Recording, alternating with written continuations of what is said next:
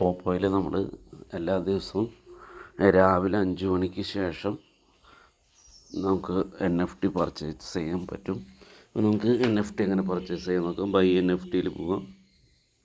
By NFTയിൽ പോയി കഴിഞ്ഞെന്ന് വെച്ചാൽ നമുക്ക് ഇപ്പോൾ ഇവിടെ $128 അതിൻ്റെ റീസെൻ്റ് ആയിട്ടുള്ള എമൗണ്ടിൻ്റെ NFT പർച്ചേസ് ചെയ്യാൻ പറ്റും. ഓക്കെ, ഇവിടെ $127 NFT ഉണ്ട്.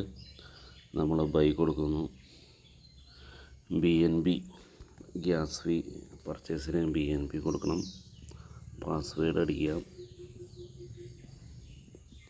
കൺഫേം കൊടുക്കുക.